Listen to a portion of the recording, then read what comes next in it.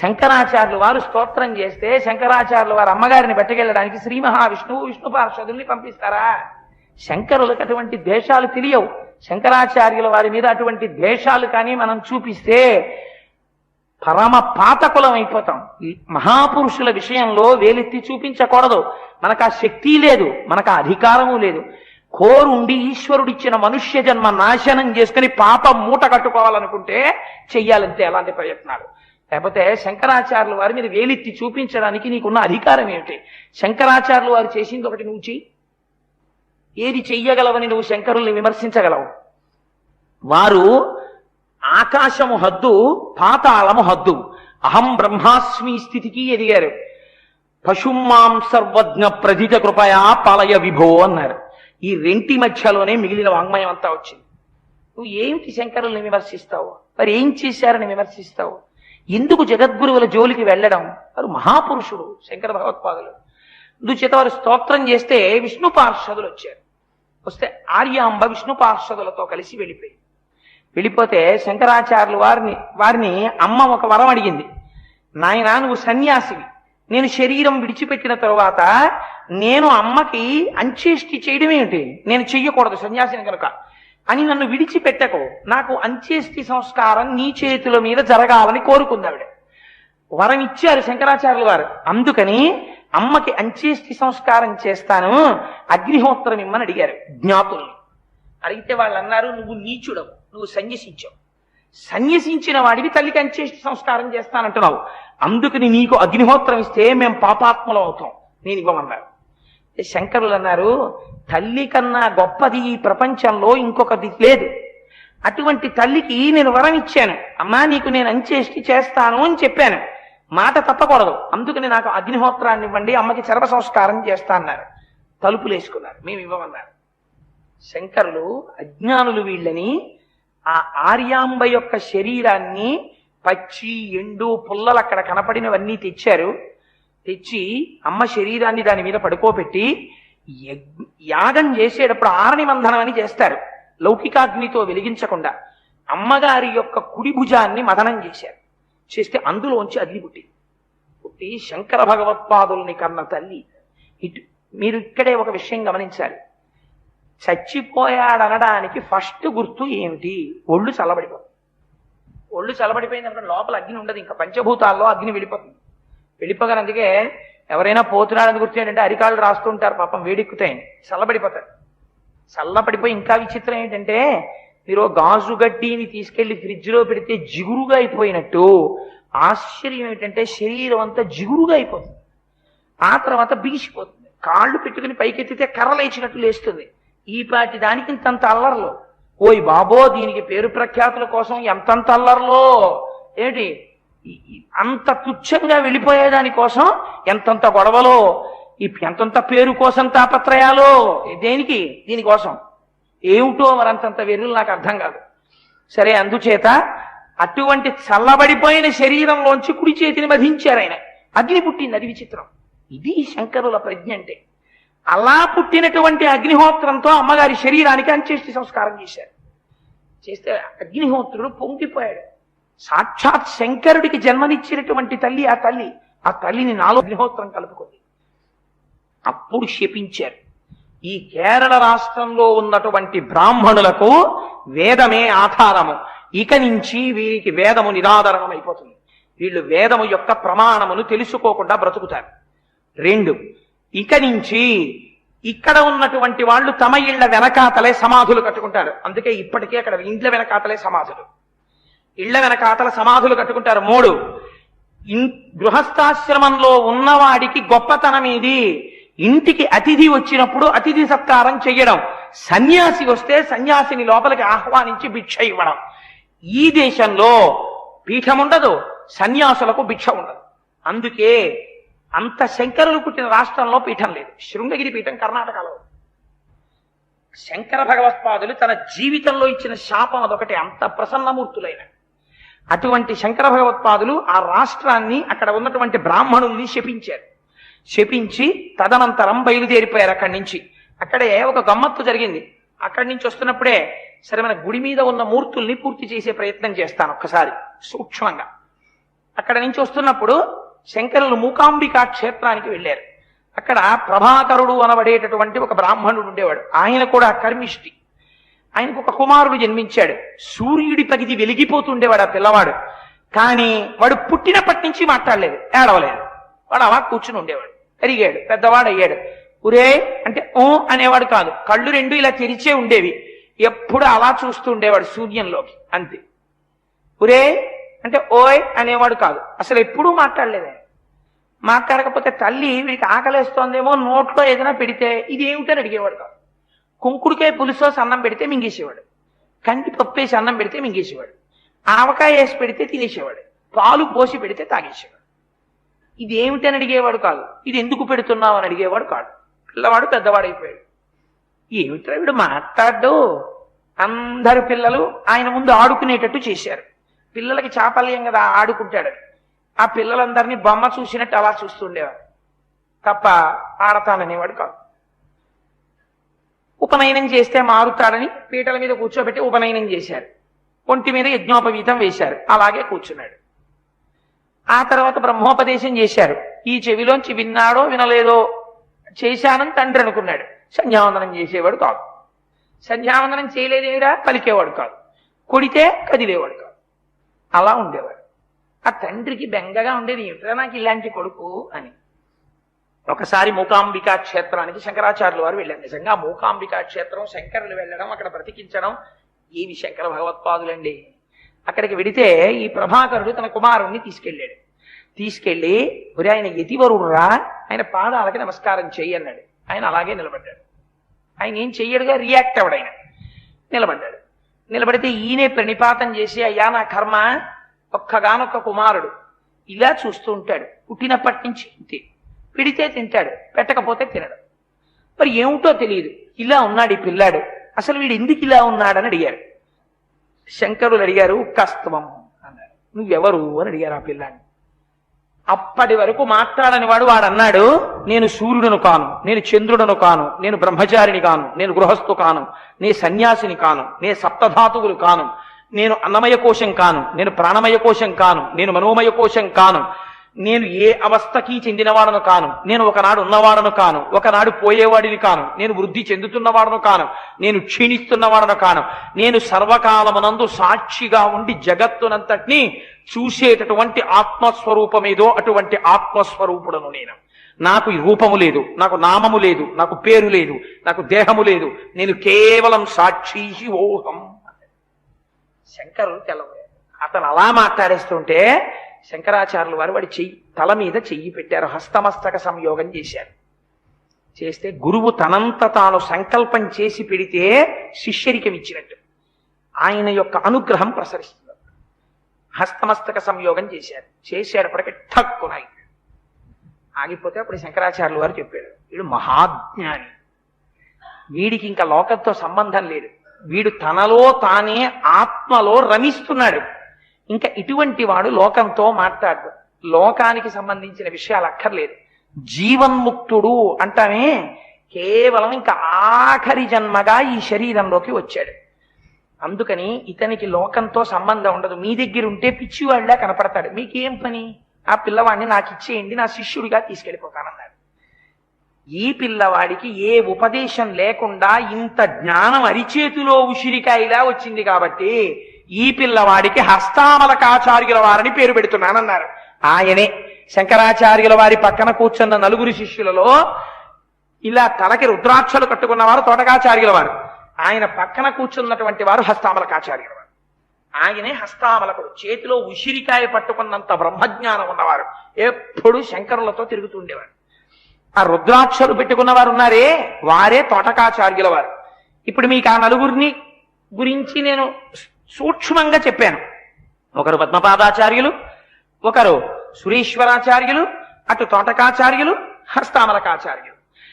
సురేశ్వరాచార్యులు అంటే మండల మిశ్రుడు. సరే, తోటకాచార్యులు ఎవరు మీకు అనుమానం రావచ్చు. తోటకాచార్యుల వారు శంకరాచార్యుల వారి దగ్గర ఉన్న శిష్యులందరిలో కొంచెం తక్కువ గ్రహణ శక్తి ఉన్నవారు, అంత తొందరగా ఆయనకి ఏమీ అర్థమయ్యేవి కావు. కొంచెం you may call him just pass marks వచ్చే క్యాండిడేట్. పద్మపాదాచార్యుల వారు లాంటి వాళ్ళు డిస్టింక్షన్ లో ఉంటారు, ఎప్పుడు 199 ఆ స్కోరింగ్ వాళ్ళది.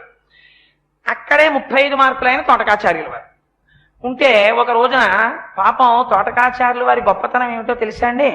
శంకరాచార్యుల వారు ఇలా లేచారనుకోండి, లేవగానే శంకరాచార్యుల వారి పుస్తకం తీసేసి చంకలో పెట్టేసుకుని, ఆయనకి వేసిన పూలదండ తీసి చేతిలో పట్టేసుకుని, ఆయనకి ఎవరైనా మామిడి పళ్ళు ఇస్తే గబగబా కవర్లో వేసేసుకుని వెళ్ళిపోతారు. అంటే నేను ఇక్కడ ఉన్న ఉదాహరణ చెప్పాను సుమారండి, నువ్వు శంకరాచార్యుల వారితో పోల్చుకుంటున్నావా అనుకోండి, నేను అటువంటి సాహసాలు ఎప్పుడు చేయను. నేను ఆయన ఇక్కడ సూర్యుడు మహానుభావుడు, నేను ధూళికణాన్ని. అందుకని అలా పెడుతుండేవారు. శంకరాచార్యుల వారు స్నానం చేస్తే గబగబా ఆయన ఒళ్ళు తుడిచేసేవారు. శంకరాచార్యుల వారు ఇలా అనేటప్పటికీ పొడి పట్టించేసేవారు. శంకరాచార్యుల వారు ఇలా చూసేటప్పటికీ తడిబట్ట పిండిచేవారు. ఇవి చేసేస్తుండేవారు. ఎప్పుడు సేవ. శంకరాచార్య ఏ క్షణంలో శంకరులు ఏం చేస్తారో ఆయనకి తెలుసు, సేవ చేస్తుండేవారు. ఓ రోజు శంకరాచార్యుల వారి బట్టలు ఉతకడానికి నదికి వెళ్ళారు. వెళ్ళి బట్టలు ఉతుకుతున్నారు. ఆయన శంకరులు పాఠం చెప్పే సమయం ఆసన్నం అయిపోయింది. శిష్యులందరూ వచ్చి కూర్చుండిపోయారు. భాష్యం చెప్పాలి శంకరాచార్యుల వారు. శంకరులు మాట్లాడలేదు, మౌనంగా కూర్చున్నారు. సమయం అయిపోయింది. ఈ శిష్యులు అనుకున్నారు తోటకాచార్యుల వారు ఇంకా రాలేదని కూర్చున్నారు, వస్తే మాత్రం వాడి పాఠాలు అర్థం అవుతాయా, ఎందుకు వాడి గురించి కూర్చోవడం, మనం పద్మపాదాచార్యుల వారు లాంటి వాళ్ళం సభలో ఉన్నాం, ఎందుకు వాడి గురించి చూడడం అని గురువు ప్రారంభం చేసే ముందు ప్రార్థనా శ్లోకం చేస్తారు. వాళ్లే ప్రార్థనా శ్లోకం మొదలెట్టేశారు. అంటే ఇంకా మొదలెట్టేయండి మీరు అని అనమాట. అంటే శంకరాచార్యుల వారు ఇలా చూసేటప్పటికీ తోటకాచార్యుల వారు ఆ బట్టలన్నీ ఉతికేసి పిడిచేసి భుజాల మీద చేతుల మీద వేసుకుని గబగబా వచ్చేస్తున్నారు. వచ్చేస్తుంటే శంకరులు ఒక్కసారి వారి వంక దృష్టి ప్రసారం చేశారు. అంతే. తోటక వృత్తం అని చాలా కష్టం. అందులో గురువు మీద వైభవోపేతమైన స్తోత్రాలు చెప్పేశారు తోటకాచార్యుల వారు. కేవలం శంకరాచార్యుల వారు ఇలా చూసినంత మాత్రం చేత సర్వ విద్యాపారంగతుడైపోయారు తోటకలో. అయిపోయి ఆయనే అప్పుడు చెప్పారు, గురువు యొక్క అనుగ్రహం ఉంటే లభించలేనిదేది ప్రపంచంలో అని. భవశంకర దేశికమే శరణం అని తోటకాచార్యుల వారే శంకరాచార్యుల వారి పాదాలని 10 మాటలు ముట్టుకుని 8 మాటలు చెప్పి శరణు చేస్తూ అష్టకం చెప్పారు. అప్పటికి ఇప్పటికీ శంకరాచార్యుల వారు ప్రసన్నుడవడానికి తోటకాష్టకమే చెప్తారు. భవశంకర దేశికమే శరణం అని. తోటకులంటే ఎంత నిస్వార్థమైన సేవో తెలుసా అండి శంకరులకి. శంకరాచార్యుల వారి శిష్య బృందం ఎంత గొప్పగా ఉండేదంటే, ఒకానొక సమయంలో శంకరాచార్యుల వారు ఇక్కడి నుంచి రాజమండ్రిలో ఉంటే వారి వెనకాతల వెళ్ళేటటువంటి శిష్య బృందం ఇంకా ఇక్కడ ఉండేది. శ్రీలో ఉండేవారు. నడుస్తుంటే అంత పెద్ద ఊరేగింపు కింద వెళ్ళేది. అంతమంది శిష్యులు. అందులో శంకరాచార్యులు వారిని చంపాలని ప్రయత్నం చేసిన శిష్యుడు ఒకడు ఉన్నాడు. అదేంటంటే అలా కూడా ఉంటారా అని మీకు అనుమానం రావచ్చు. ఈర్ష్యాద్వేషాలు పెరిగిపోతే వాటికి అంతూ దరి ఎక్కడ ఉంటుంది. అందుకని ఆయన అభినవగుప్తుడు అని శాక్తేయుడు. ఆయన ఏం చేశాడంటే, ఈయన కేవలాద్వైత ప్రచారం చేస్తున్నారు, దీనివల్ల మిగిలిన వాదనలన్నీ పక్కకి వెళ్ళిపోతున్నాయి, శంకరుల యొక్క వైభవం ముందు ఎవరు తట్టుకోలేకపోతున్నారు, ఈయన్ని చంపేయాలనుకున్నాడు. ఆభిచారిక ప్రయోగం చేశాడు. ఆభిచారిక ప్రయోగం చేయడం వల్ల శంకరాచార్యుల వారికి భంగధర వ్యాధి వచ్చేసింది. భంగధర వ్యాధి అంటే నేను కొంచెం మీకు తేలిగ్గా అర్థం అవ్వాలి అంటే పైల్స్ అంటే మీకు అర్థం అవుతుందేమో. అలా పోలిస్తే ఇలా కూర్చున్నాడు అనుకోండి, భంగధర వ్యాధి చేత ఏమవుతుందంటే ఆసనంలో పెద్ద పుండు వస్తుంది. ఆ పుండు వెంటనే నొక్కుని అందులోంచి రక్తం కారిపోతుంది. అలా కూర్చోలేరు. ఒక 10 నిమిషాలు కూర్చోవడమే చాలా కష్టం, పోటు. ఒకవేళ కూర్చున్నా పంచి అంతా నెత్తుడితో తడిసిపోతుంది. అందుకని శంకరులు శిష్యులకి భాష్యం చెప్పేవారు. అలాగే నా దేహం అని చెప్పడం ఏంటి, ఆ స్థాయిలో ఉన్నారు శంకరాచార్యులు వారంటే. అందుకని ఆయన పట్టించుకునేవారు కాదు, చిరునవ్వుతో ఉండేవారు. కానీ రక్తంతో తడిసిపోయి వస్త్రం పుల్లటి కంపు వచ్చేది. అందుకని అరగంటకోసారి లేచి ఆ వస్త్రం వదిలిపెట్టేవారు. వదిలిపెడితే పాపం తోటకాచార్యుల వారు గబగబా వచ్చి ఆ వస్త్రాలు తీసుకుని నదిలో ఉతికి మళ్ళీ పట్టుకొచ్చి ఆరేస్తుండేవారు. ఎంత సేవ చేశారో. సరే, తోటకుల గురించి చెప్పి అనుకోకుండా అభినవగుప్తుడి దగ్గరికి వచ్చాను కాబట్టి ఇది కూడా పూర్తి చేస్తాను. ఆ అభినవగుప్తుడు అభిచారిక ప్రయోగం చేస్తే ఎందరో వైద్యుల్ని పిలిపించారు. పిలిపిస్తే వైద్యులందరూ వచ్చారు. శంకరాచార్యుల వారికి తెలుసు తన మీద మంత్రప్రయోగం చేశాడు. తెలిసినా ఆయన ఎప్పుడూ చెప్పలేదు. శరీరం గురించి ఆయనకి వ్యామోహం లేదు. కాపాలికుడు వచ్చి అడిగితే శ్రీశైలంలో పడుకోమన్నారు తలకాయ. సరే, ఇప్పుడు మళ్ళీ శ్రీశైలం గొడవ మనకెందుకానండి, అభినవగుప్తుడు ఒకటి పూర్తి చేద్దాం చాలు. అందుకని ఆభిచారిక ప్రయోగం వల్ల భంగధర వ్యాధి వచ్చిందని శంకరాచార్యుల వారికి తెలుసు. వైద్యులు వచ్చారు దేశం నలుమూలల నుంచి, ఔషధులు ఇచ్చారు, తగ్గలేదు. రక్తం అలా కారిపోతూనే ఉంది. అలా పోతే ఏమవుతుంది, మృత్యువుకి ఆసన్నమైపోతుంది. అభినవగుప్తుడు సంతోషిస్తున్నాడు, ఇంకా శంకరుల శరీరం పడిపోతున్నాడు. ఈ సమయంలో శంకరాచార్యుల వారి యొక్క ఆయన ఆ బాధ గురించి పక్కన పెట్టేసి నిర్వికల్ప సమాధిలోకి వెళ్ళి పార్వతీ పరమేశ్వరుల యొక్క పాదారవింద సేవనం చేసుకుంటూ సమాధి స్థితిలో శంకరుణ్ణి ధ్యానం చేస్తూ ఉండిపోయేవారు. అలాగే కూర్చుని ఉండిపోతే అలా నెత్తురు కారిపోతుంది. రమణ మహర్షికి అలా అయింది సర్కోమా వ్యాధికి. అద్వైతంలో రమించడం అంటే, ఆ స్థాయిలో నిలబడ్డం అంటే మాటలా అండి? That cannot be imitated. ఏదో పులిని చూసి నక్క వాత పెట్టుకున్నట్టు ఉంటుంది. శంకరాచార్యుల వారి స్థాయి అంటే మాటలా? మహానుభావుడైన శంకరుడు సంతోషించి, ఇంత మహాభక్తుడు భంగధర వ్యాధున్న వాడు ఇలా కూర్చోలేడు. శంకరులు అలా గంటలు గంటలు కూర్చుని ధ్యానం చేస్తున్నారు. శంకరుల్ని రక్షించమని అశ్వినీ దేవతల్ని పంపించారు. అశ్వినీ దేవతలు ఔషధులు పట్టుకొచ్చి వాళ్ళు చూసి అన్నారు, ఇది శరీరానికి వచ్చిన వ్యాధి కాదు, ఎవరో మంత్రప్రయోగం చేస్తే భంగధర వ్యాధి పుట్టింది, అందుకని ఇది మందులకి లొంగదని వెళ్ళిపోయారు. వెళ్ళిపోతే పద్మపాదాచార్యుల వారు చూశారు, ఎవడురా నా గురువు మీద మంత్రప్రయోగం చేసిన వాడు, ఆభిచారిక ప్రయోగం చేసిన వాడని పద్మపాదాచార్యుల వారికి నరసింహ మంత్రోపాసనం తెలుసు. వెంటనే పద్మపాదుల వారు నరసింహ మంత్రోపాసనం చేశారు. చేసేటప్పటికి అభినవగుప్తుడి మీదకి నరసింహస్వామి వెళ్ళి పడ్డారు. పడేటప్పటికి వాడు తట్టుకోలేక భంగధర వ్యాధి శంకరాచార్యుల వారికి తగ్గిపోవడం మొదలెట్టింది, అభినవగుప్తుడికి వెళ్ళిపోవడం మొదలెట్టింది. వ్యతిరిక్తమైపోయింది. కొన్నాళ్ళకి అభినవగుప్తుడు మరణించాడు, శంకరాచార్యుల వారు స్వస్థులయ్యారు. అలా శంకరుల్ని పద్మపాదులు దక్కించుకున్నారు. మా గురువు గారు వెళ్ళిపోతే మాకు మళ్ళీ ఎవరు ఇలా చెప్పేవాళ్ళు, మాకెవరు చెప్తారు పాఠాలు అని. అందుకే గురువు తన శరీరంలో ఉండాలని కోరుకోడు, నిరపేక్షగా ఉంటాడు, నిస్వార్థంగా ఉంటాడు. గురువుకి స్వార్థం ఉండకూడదు. గురువుకి స్వార్థం ఉంటే అగ్నిహోత్రానికి చెదలు పుట్టడం లాంటిది. దీని గురువు అలాంటివి ఎందుకు కోరుకుంటాడు? ఆయన త్యాగేనైకే అమృతత్వ మానసు, సమస్త కాలముల యందు త్యాగమూర్తి అయి నిలబడాలి గురువు, అమృతప్రాయుడై ఉండాలి. అటువంటి వాడు వెళ్ళిపోతే మళ్ళీ మాకు అలా చెప్పేవాళ్ళు ఎక్కడ దొరుకుతారు? అందుకని ఆ గురువు శరీరంలో ఉండాలని శిష్యుడు కోరుకుంటాడు. ఆ శరీరానికి ఏదైనా ప్రమాదం వస్తే అందులోంచి వెళ్ళిపోతాడేమో గురువని, అందులో నిలబెట్టుకోవడానికి శిష్యులు చూసుకుంటారు. అందుకని పద్మపాదాచార్యుల వారు శంకరాచార్యుల వారిని నిలబెట్టుకుంటే శంకరాచార్యుల వారికి స్వస్థత కలిగింది. అంతేకాని ఆ రోగం తగ్గించుకుందాం, నేను బాగా ఉండిపోదామని శంకరాచార్యుల వారు ఎప్పుడూ ప్రయత్నం చేయలేరు. అసలు తాను ఆత్మస్థితిగతుడై ఉండిపోయారు. అటువంటి మహానుభావుడు శంకరుడంటే, అటువంటి శంకరులకి, అటువంటి జగద్గురువులకి ప్రస్థానత్రయానికి భాష్యాలు ఇచ్చారు. భగవద్గీత, బ్రహ్మసూత్రములు, ఉపనిషత్తులు ఇవి ప్రస్థానత్రయం అంటారు. ఆ మూడింటికి భాష్యములు ఇచ్చారు.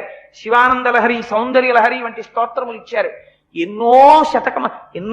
ఎందరో దేవతల మీద స్తోత్రాలు రాశారు. అన్ని స్థాయిలలో ఉన్న వారికి కావలసిన సమస్త వాంగ్మయాన్ని శంకరులు 32 సంవత్సరములలో అందించేశారు. దేశము 4 చెరగుల పాదచారి అయి పర్యటించారు. 4 పీఠములు పెట్టారు. అందరూ శిష్యుల్ని పైకి తీసుకొచ్చారు. అటువంటి జగద్గురువులకి వైశాఖ శుక్ల పంచమి నాడు ప్రతిష్ఠ జరుగుతుంటే నేను వచ్చి నిలబడను అని మనసున్న మనిషి ఎవడైనా అనగలడా? నేను శంకరుల పల్లకి ఒక్కసారి మొయ్యనండి అని ఎవడైనా అనగలడా? ఇన్నాళ్లకి కాకినాడ పట్టణానికి అదృష్టం వచ్చింది. వైశాఖ శుక్ల పంచమి నాడు శంకరాచార్యుల వారి పల్లకి ప్రతి వాడు పట్టుకోవచ్చు, ఏమీ అభ్యంతరాలు లేవు. తెల్లటి పంచ కట్టుకుంటే చాలు. చొక్కా వేసుకున్నా అభ్యంతరం పెట్టదలుచుకోలేదు. ఉత్తరీయం మాత్రం వేసుకోవాలి, గృహస్థు కాబట్టి. తెల్లటి పంచ కట్టుకుని చొక్కా వేసుకుని ఉత్తరీయం వేసుకుంటే ఏ మగవాడైనా సరే బొట్టు పెట్టుకుని వస్తే శంకరుల యొక్క పల్లకీని పట్టుకుని తన భుజం మీద పెట్టుకుని నడవచ్చు. అందరూ 4 అడుగులైనా సరే శంకరాచార్యుల వారిని మనం వహిద్దాం. మన పాపములు పరిహరింపబడిపోతాయి. శంకరుల యొక్క కృప మనకి కలుగుతుంది. అమ్మ పొంగిపోతుంది శంకరులకి చేసిన సేవకి. అందుచేత 13వ తారీఖున అంత గొప్ప ఉత్సవం. 12వ తారీఖు సాయంకాలం నుంచే అధివాసాలు ప్రారంభమవుతాయి. అందుకని 12వ తారీఖు సాయంకాలం అధివాసాల దగ్గర నుంచి అందరూ రావచ్చు. శంకరాచార్యుల వారి యొక్క అధివాసములు జరుగుతుండగా, అయ్యా మేము కొన్ని పుష్పాలు తీసుకొచ్చి ఇస్తామండి, అధివాసంలో వాడండి అంటే, ఏంటి పాపం ఎవరిని మనం అభ్యంతర పెట్టకూడదని వాళ్ళు ఒక నిర్ణయం తీసుకున్నారు. మీరు పాలు కాని, ధాన్యము కాని, పువ్వులు కాని, అధివాసములలో పనికొచ్చే ఏ పదార్థములనైనా సరే మీరు తీసుకొచ్చి ఇస్తే అంగీకరిస్తారు. గమ్మత్ ఏమిటో తెలుసా అండి? అన్నీ నేనే చేస్తానన్నారు రెడ్డి గారి ముందు. అంటే నా దగ్గరికి చాలా మంది వచ్చారు. ఏమండి మేము కూడా ఏదో చేద్దాం అనుకుంటున్నాం. ఏమండి ఆయన ఒక్కరే చేస్తానన్నారు. మళ్ళీ అన్ని విషయాల్లోనూ వేలు పెట్టడం అన్నది నాకు అంత ఇష్టం లేని వ్యవహారం. నేను అలా అక్కర్లేని ప్రతి విషయాల్లో వేళ్లు పెట్టడం అన్నది నేను ఎప్పుడూ చెయ్యలేదు. అందుకని నేను ఇంకా జోక్యం చేసుకోనన్నాను. కానీ ఇద్దరు పేరు నాకు బాగా తెలుసు. ఆ పాపగారని ఆవిడ, వేరొకరు మా ఇళ్ల దగ్గరే ఉంటారు, జన్మభూమి పార్క్స్, అందులో ఆ తల్లి పేరు నాకు జ్ఞాపకం లేదు. వాళ్ళిద్దరూ మాత్రం పెద్దవారు, నాకు మాతృస్వరూపం లాంటి వాళ్ళు, అమ్మ లాంటి వాళ్ళిద్దరూ వచ్చి చాలా విశేషమైన ప్రార్థన చేశారు. అలా కాదండి, శంకరులకి కనీసం మాద్రవ్యంతో ఏదో ఒక్క వస్తువు కొనాలని కోరికగా ఉంది. అందుకని కోటేశ్వరారు మీరు ఏదైనా కొనండి అని చెప్పి పాపం వాళ్ళు కొంత ద్రవ్యం ఇచ్చారు. ఇస్తే వాళ్ళిద్దరి దగ్గర మాత్రం రెడ్డి గారికి ఫోన్ చేశాను. రెడ్డి గారు మరి అంతలా పాపం అడుగుతున్నారండి, ఏం చేయనని. అంటే మంచి హృదయం అంటే చెప్తున్నాను. ఆయన అన్నారు, అంతలా వాళ్ళు ప్రార్థన చేస్తే కోటేశ్వరారు వద్దనకండి, వాళ్ళు ఎంత ఆర్తిగా అడిగారో, మీకు ఏవి సమంజసం అనిపిస్తే అవి మీరు కొనియండి, ఆ డబ్బు నాకు వద్దు కోటేశ్వరారు, నాకు మాత్రం ఇవ్వకండి అన్నారు. నేను వెంటనే మా ముత్యాల సత్యనారాయణని, మా అచ్చయ్య శాస్త్రి గారిని వీళ్ళని తీసుకుని స్వామివారి యొక్క అర్చన సంపుటం పనికొస్తుందని చెప్పి స్వామికి నైవేద్యం పెట్టడానికి ఓ వెండి పళ్ళెం, స్వామికి పాలు పోయడానికి ఓ వెండి పాత్ర, స్వామికి పాదుకలు ఇవ్వడానికి వెండి పాదుకలు, స్వామికి ఉద్ధరిని వెండిది, అన్ని వెండి అర్చన సంపుటం అంతా కొన్నాం. కొన్న తర్వాత మళ్ళీ జేగంట అవి నేనే తెప్పిస్తానని రాజమండ్రి నుంచి రెడ్డి గారు తెప్పించారు. నుంచి అన్నీ నేను చేస్తాను అనడం స్వార్థం, అందరినీ పాలు పంచుకోమండం త్యాగం. అందుకని అధివాసములకు ఎవరైనా పువ్వులు కాని పాలు కాని ఏమైనా తెస్తే మనం అడ్డు చెప్పద్దు, తెచ్చుకోమనండి భక్తులు, హాయిగా అధివాసాల్లో వాడదాం అన్నారు. అందుకని అందులో మీరు ఎవరైనా పాల్గొనాలి అనుకుంటే నిర్బంధం ఏం లేదు, మీరు హాయిగా వచ్చి చూడొచ్చు చాలు. లేదండి ఏదో 2 పువ్వులు తెస్తాం, ఓకే తీసుకురండి, కొద్దిగా పాలు తెస్తాం, ఓకే తీసుకురండి, గుప్పెడు ధాన్యం తీసుకురండి, సమస్య లేదు. మేమేమీ తేవండి, వచ్చి చూస్తాం, మీకు మా నమస్కారం, సంతోషంగా వచ్చి చూడండి చాలు. శంకరుల పట్ల మన యొక్క భక్తి భావాన్ని ప్రకటిస్తే చాలు, ఇంకేమీ అక్కర్లేదు. అందుచేత 12వ తారీఖు సాయంకాలం నుంచి అధివాసములు ప్రారంభమవుతాయి. నేను కొంచెం తప్పనిసరి పరిస్థితులలో వరంగల్ వెళ్ళవలసినటువంటి కారణముల చేత రేపు ఎల్లుండి నేను ప్రవచనము చెప్పలేకపోతున్నందుకు క్షంతవ్యుడను. అది చాలా తప్పనిసరి పరిస్థితి కాకపోతే, ఎంత కాకపోతే పైగా దీనికన్నా చాలా ముందర దీని ముహూర్తం తెలియనప్పుడు నేను ఇచ్చిన మాట అది. నేను వస్తాను అని చెప్తేనే వాళ్ళు ముహూర్తాలు పెట్టుకున్నారు. అందుచేత మాట తప్పకూడదు. అందుకని అక్కడికి నేను వెళ్ళవలసిన అవసరం ఉంది కాబట్టి మళ్ళీ నేను కూడా 12వ తారీఖు ఉదయమే ఈ ఊళ్ళోకి వస్తాను. చేత మనం బహుశా అంటే మీరు దేవాలయానికి వచ్చి కనకధారా స్తోత్రం ఇక్కడ కూర్చుని చదువుకోవడానికి కోటేశ్వరరావు ఉండాలన్న నియమం ఎక్కడుంది? మీరు చదువుకోవచ్చు, మీరు దర్శనం చేసుకోవచ్చు, దానికి అభ్యంతరం నేనుంటేనే చెయ్యాలా? అక్కర్లేదు. చేత వేదిక మీద కార్యక్రమం బహుశా 12 సాయంకాలమే నేను అనుకుంటున్నాను. ఏమండి గోపాలకృష్ణ గారే?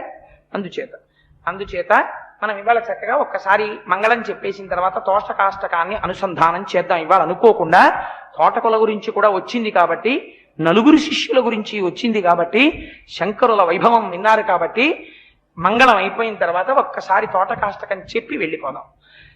మంగళాశాసన పరైర్మదాచార్య పురోగమైః సర్వైశ్చ పూర్వైరాచార్యైః సత్కృతాయాస్తు మంగళం. మంగళం కోసలేంద్రాయ మహనీయ గుణాత్మనే చక్రవర్తి తనూజాయ సర్వభౌమాయ మంగళం. ఉమాకాంతాయ కాంతాయ కామితార్థప్రదాయినే శ్రీగిరీశాయ దేవాయ మలినాథాయ మంగళం. కరచరణ కృతం వా కర్మ వాక్కాయజం వా శ్రవణనైనజం వా మానసం వాపరాధం విహితమవిహితం వా సర్వమేత్తక్షమస్వ. శివ శివ కరుణాబ్ధే శ్రీ మహాదేవ శంభో. సర్వం శ్రీ ఉమామహేశ్వర పరబ్రహ్మార్పణమస్తు. స్వస్తి.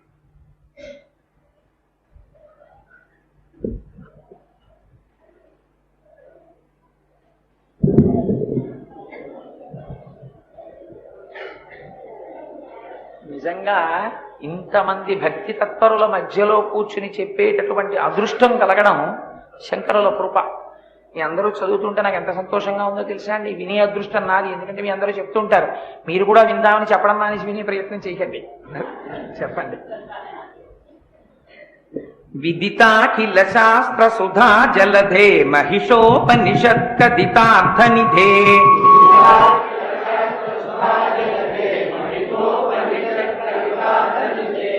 హృదయే కలయే విమలం చరణం భవశంకర దేశికమే శరణం.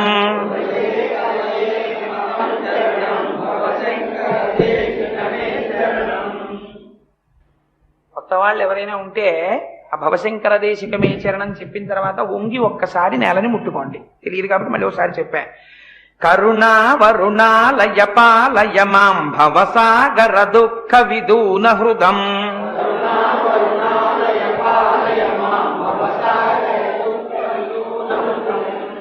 రచయాఖిల దర్శన తత్వవిదం భవశంకర దేశికమే శరణం.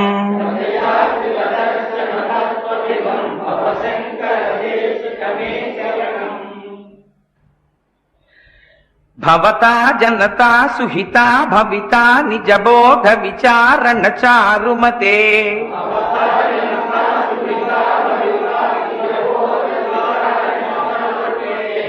కలయేశ్వర జీవ వివేక విదం భవశంకర దేశికమే శరణం.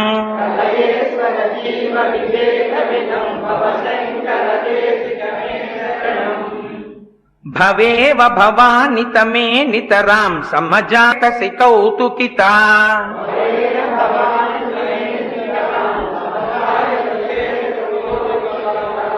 మమ వారయ మోహ మహాజలదిం భవశంకర దేశికమే శరణం.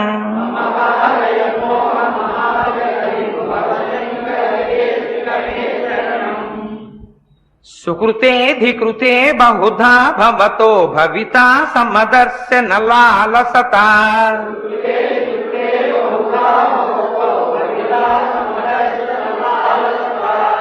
అతిదీనమిమం పరిపాలయ మాం భవశంకర దేశికమే శరణం.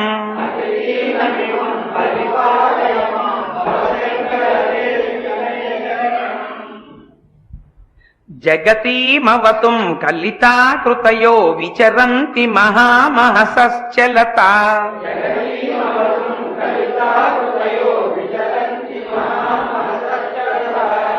అహిమాంసురివాత్ర విభాసి గురో భవశంకర దేశికమే శరణం.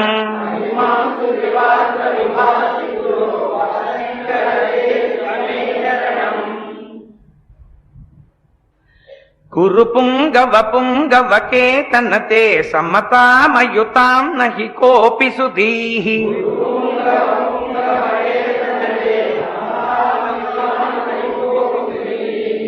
శరణాగత వత్సల తత్వనిధే భవశంకర దేశికమే శరణం.